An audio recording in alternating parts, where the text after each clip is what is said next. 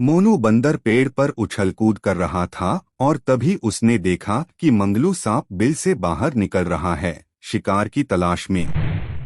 मोनू को शरारत सूझी, वो पेड़ से लटक गया और सांप से मजाक में पूछा, क्या हुआ भाई, आज कोई शिकार नहीं मिला?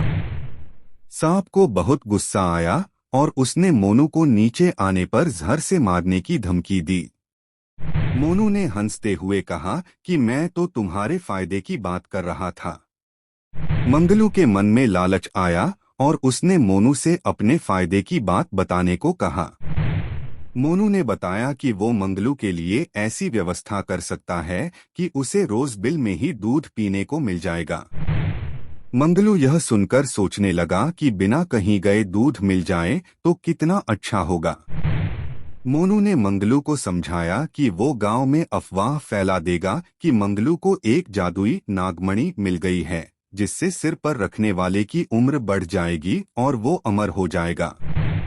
मोनू ने कहा कि वह मणि जैसा दिखने वाला एक कांच का टुकड़ा ले आएगा, जिसे मंगलू दूर से सबको दिखाएगा। जानवर उसे खुश करने के लिए दूध और फल लाएंगे। मंगलू को डर था कि उसकी पोल खुल जाएगी।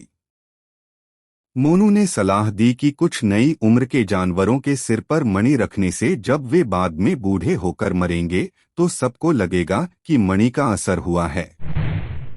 अगले दिन मोनू ने कांच का टुकड़ा मंगलू को दे दिया और पूरे जंगल में खबर फैला दी। मोनू और मंगलू दोनों के मजे आ गए, क्योंकि जानवर उन्हें खुश करने के लिए तरह तरह का खाना और दूध लाते थे।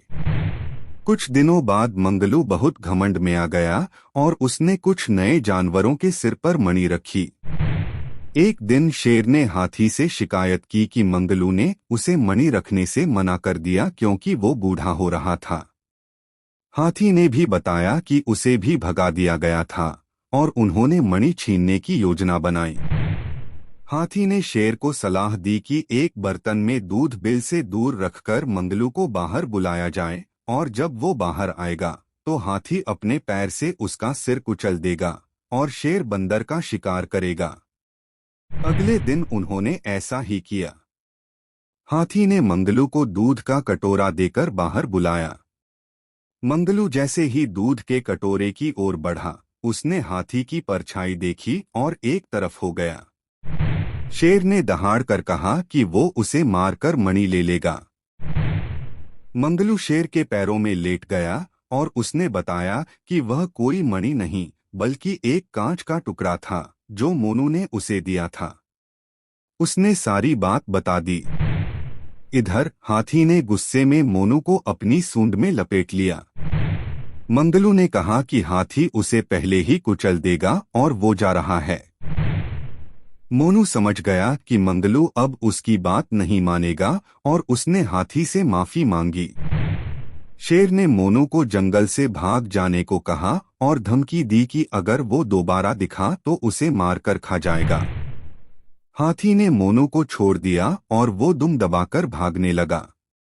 भागते हुए उसने कहा कि मंगलू ने बड़ी जल्दी रंग बदल लिया और उसका इस जंगल में कोई अपना नहीं है, इसलिए वो शहर चला।